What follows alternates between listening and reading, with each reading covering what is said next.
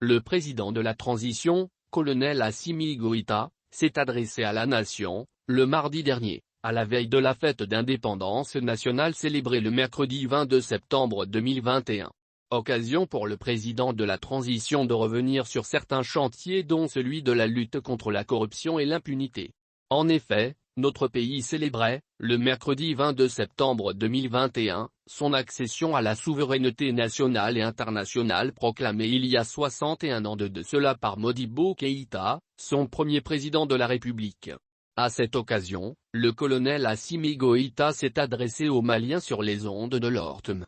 Dans son discours, le président de la transition a fait un bilan d'étape, validation de la charte de transition, installation du CNT, défis sécuritaires, présentation du plan d'action gouvernemental.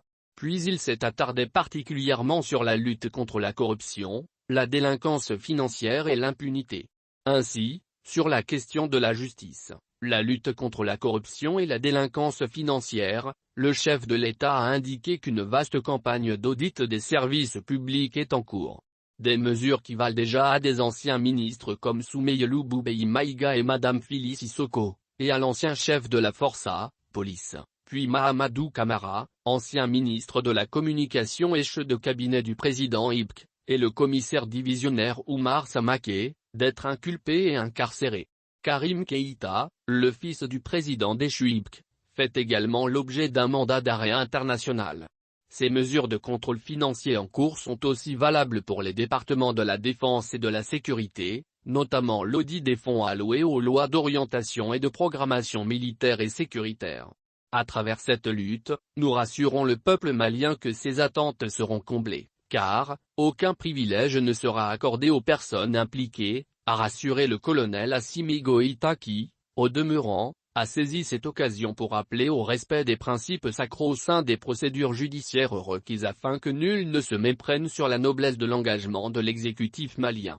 Le colonel Assimi Goïta a, par ailleurs, rassuré les Maliens concernant la poursuite de la lutte contre la corruption, la délinquance financière et l'impunité.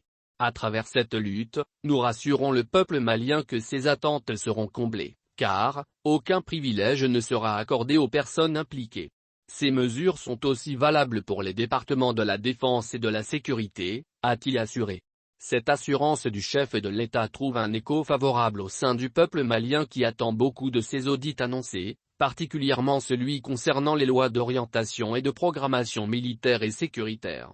En substance, l'opinion nationale veut être édifiée sur l'utilisation de la faramineuse somme de 1230 milliards FECFA, de la loi de programmation militaire. Sous le régime défunt, l'Assemblée nationale avait adopté, en février 2015, une loi d'orientation et de programmation militaire. L'adoption de cette loi devrait permettre d'enclencher le processus de la réforme progressive de l'armée. Ce programme quinquennal, 2015-2019, devrait permettre de mobiliser un fonds spécial de plus de 1000 milliards de francs CFA.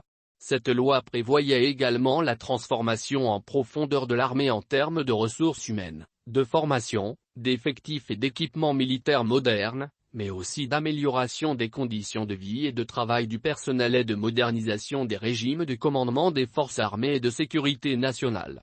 Mais, hélas, des faits avérés de surfacturation dans la dotation des FAMA de matériel et d'équipements militaires neufs ont été décelés et dénoncés par le Fonds monétaire international en 2014 et attestés par le rapport du vérificateur général.